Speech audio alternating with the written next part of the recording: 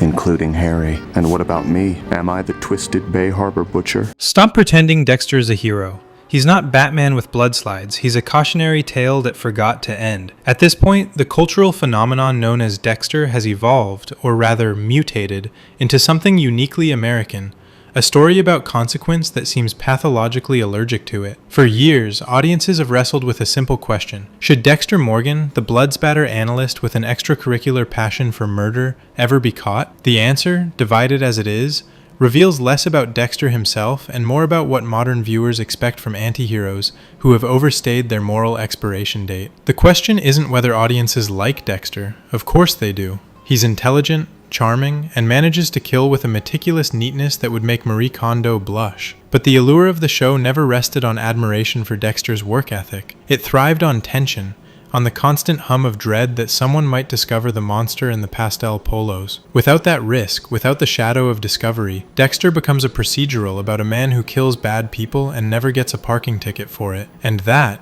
as several decades of American television have proven, is terminally dull. Viewers once adored Sergeant Dokes precisely because he saw through the facade.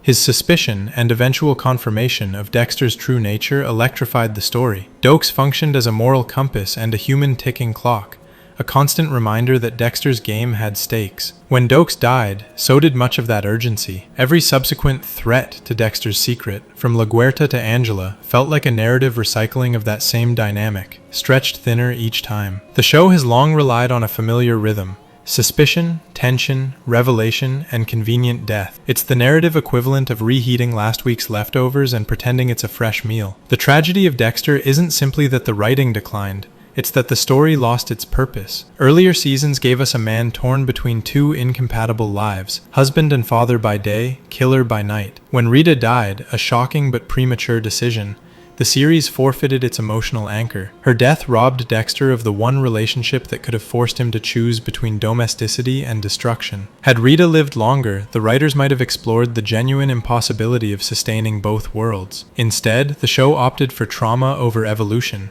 plunging Dexter into the same moral quagmire season after season. The revival attempts, New Blood and Resurrection, offered glimpses of self-awareness. They flirted with the notion that Dexter's story was a cycle of denial, that his violence was both his curse and his comfort. New Blood even dared to confront the audience's complicity. We love this man, but should we? Its ending, with Dexter finally dying, at least gestured toward closure. A poetic, if imperfect, reckoning for a character who spent years dodging justice. But fan backlash prompted the resurrection no one asked for, and with it came a faintly desperate sense that Showtime simply refuses to bury its golden corpse. The latest iterations' change in setting, trading Miami's humid glow for a colder, bleaker locale, was an interesting aesthetic shift, but it exposed what the series truly lacked: its supporting ecosystem. The Miami Metro precinct wasn't just a backdrop, it was a living organism. It provided narrative friction, comedic relief, and the ever-present risk of discovery. Stripping it away left Dexter floating in narrative isolation, severed from the relationships that made his double life so compelling. Fans rightly note that the precinct was practically a character itself, a chaotic, fluorescent crucible where Dexter's lies were constantly at risk of exposure. Its absence is a vacuum no new setting can fill. What remains now is a franchise unsure of its own thesis. Some viewers insist that Dexter should never be caught, arguing that his continued evasion is the show's entire charm. They view him as a mythic figure, an avenging angel guided by the code of Harry, purging the world of those who deserve it. Others demand justice, pointing to his long list of collateral damage: Rita, Dokes, LaGuerta, Deborah, Logan, and an ever-growing gallery of innocents who died because Dexter couldn't resist his urges. For this camp, the idea of Dexter strolling off into the sunset isn't just narratively lazy, it's morally bankrupt. There's a compelling case to be made for both positions, but the show's problem is that it tries to satisfy them simultaneously. It wants Dexter to be a monster, but a sympathetic one. A killer who craves connection, a man haunted by guilt, but never quite guilty enough to pay for it. This moral ambiguity worked in the early seasons, when the writing was sharp enough to handle it. But in later years, ambiguity devolved into incoherence. The writers wanted to condemn Dexter's violence while preserving his audience appeal, a contradiction that eventually hollowed out both goals. Consider the show's most tantalizing what-ifs. What if the Miami Metro team had collectively discovered Dexter's secret? Imagine the fallout, the horror, betrayal, and moral reckoning among people who had trusted him for years. The catharsis of such a revelation would have been immense, comparable to Hank's discovery in Breaking Bad, one of television's most indelible turning points. But Dexter never delivered that collective reckoning. Every character who learned the truth either died or forgave him, ensuring that the secret remained safely contained. The writers repeatedly built toward a climax they never intended to honor, and the result is narrative blueballing on a nearly historic scale. The show's handling of psychology fared no better. Dexter's supposed psychopathy was treated like a bad horoscope reading, something to be invoked when convenient and ignored when not. The therapist in Season 8, whose grand insight was essentially, "You don't feel things," managed to misunderstand both psychology and her own patient in record time. Dexter's emotional evolution, such as it was, unfolded despite her, not because of her. The irony, of course, is that the show wanted to explore the limits of empathy, yet its own depiction of the human mind was as nuanced as a crime scene chalk outline. In truth, Dexter was never a pure psychopath. He's not detached or unfeeling. He's a control addict who mistakes ritual for morality. His code is a way of moralizing compulsion, a convenient theology that lets him sleep at night. That the audience continues to root for him, long after he's killed innocents and sabotaged every meaningful relationship, is a testament to the seductive power of charismatic immorality. We don't need him to be good, we just need him to be interesting. But that interest dies the moment he becomes invincible. The debate over whether Dexter should be caught isn't really about justice. It's about storytelling integrity.